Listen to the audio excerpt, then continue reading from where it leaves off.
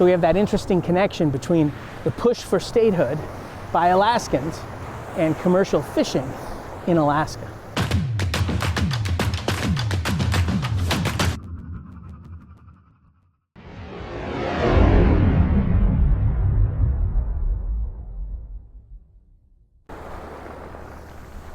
Native peoples were fishing in Alaska thousands of years ago, along the coast, on the rivers and streams, on the lakes, out in the open sea.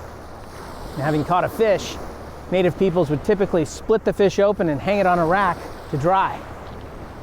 Well, when the Russians appeared in the late 18th and early 19th centuries, hunting for furs, they also carefully selected the most suitable sites for fisheries.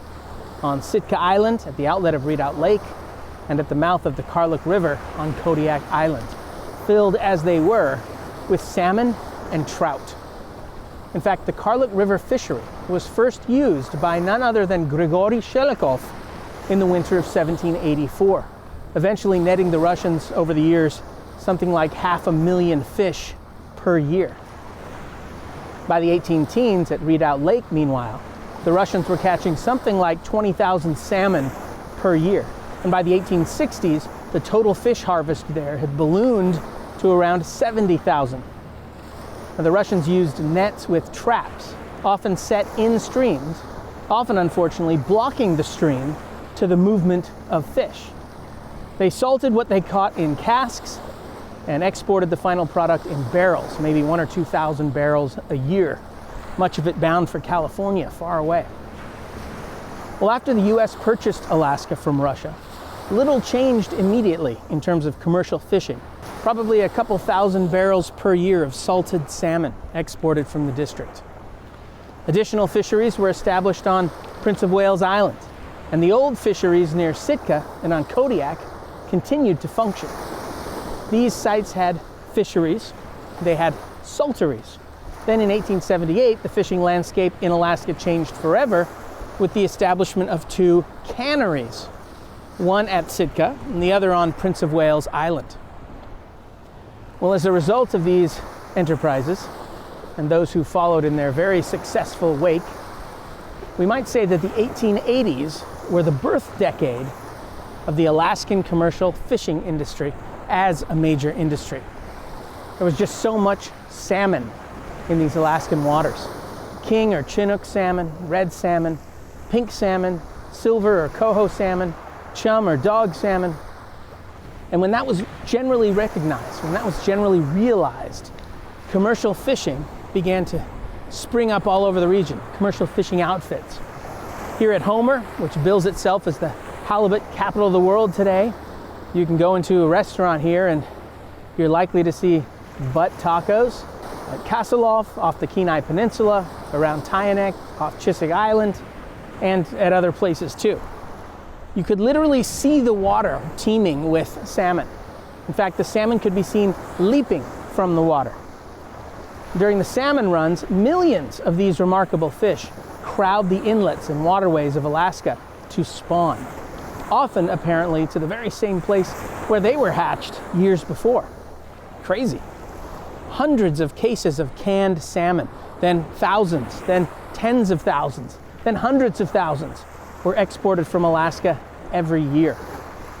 Well, by the early 20th century, Alaskan commercial fishing outfits were exporting between 1 and 2 million cases of canned salmon, in addition to, mild cured salmon, kippered salmon, smoked salmon, dry salted salmon, frozen salmon, and other fish prepared in similar variety, earning industry participants tens of millions of dollars in profits. Dozens of fisheries and dozens of canneries and dozens of salteries competed fiercely with one another for control of these waters. Well, during World War I, canned Alaskan salmon became one of the most important sources of food for American soldiers deployed on Europe's battlefields. During 1917 alone, remember this is the year the US entered the war, almost 6 million cases of salmon were packed in Alaska territory. That's around 48 pounds of fish per soldier. That year, Alaskan canned salmon made up more than half the total canned salmon worldwide. But in their eagerness to get rich, commercial fishing operations often scraped Alaska's streams, lakes, and inlets of much of their fish, setting illegal traps that obstructed streams and thereby prevented fish from ever reaching their spawning grounds. Over time, of course, this can completely deplete a river or stream of the previous fish. Fines didn't seem to work. Either the risk was worth the reward, $1,000 worth of fish in return for the risk of paying a $100 fine or a $250 fine, or there was no way for the government to effectively enforce the law in so remote a geography. "I found the fishermen with their nets in the narrowest part of the Karluk River," complained one Fisheries Department special agent in 1895. "And so systematically do they work the nets that I could not see how it was possible for a fish to pass them to the spawning grounds."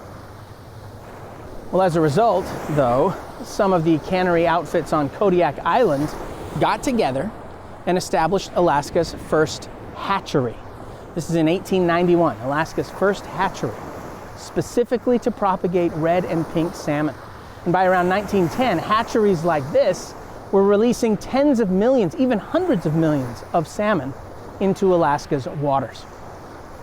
During World War II, when food rationing was the rule and food scarcity was a real problem, Alaska's abundant waters tempted even more fishermen to the territory, inaugurating a new era of commercial fishing. So much so that by the 1950s, the salmon population, always immeasurable and dependable, actually began to noticeably decline. Alaska residents now became nervous. In fact, the push by Alaskans for statehood was directly linked to the dangerous decline in Alaskan salmon numbers. See, many non-Alaskans preferred the freedom to fish at will in Alaskan waters before heading off with their haul to sell in some distant fish market. They were thinking of the here and now, and then they left, not having to deal with the long-term consequences. Meanwhile, many Alaskans argued that as a state, they'd have the power through a state agency or department to manage their own resources, like salmon, on their own terms. So when Alaska finally did gain statehood in 1959, the Alaska Department of Fish and Game was established too. One of its major goals being to oversee a steady increase in salmon numbers.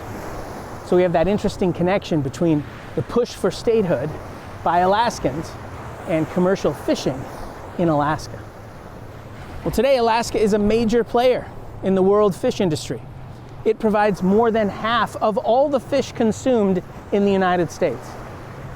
Alaska's salmon runs are a vital part of the year in a state that depends on the seafood economy more than any other state. In return, Alaska produces a whopping 80% of all the world's salmon, amounting to hundreds of millions of individual fish every year. Besides the all-important salmon, Alaskan commercial fishing harvests several species of crab, halibut, pollock, cod, sablefish, flatfish, rockfish, shrimp, lingcod, geoducks, oysters, clams, sea urchins, and sea cucumbers. And as of the time of this filming, Bristol Bay stands as the world's largest red salmon fishery in the world. And the seafood preparation industry is Alaska's 6th largest industry. But its number 1 industry, tourism, is also largely driven by fishing. When I told people that I was coming to Alaska for a month to film historical lectures, the first thing virtually everyone asked me was, "Are you gonna go fishing?"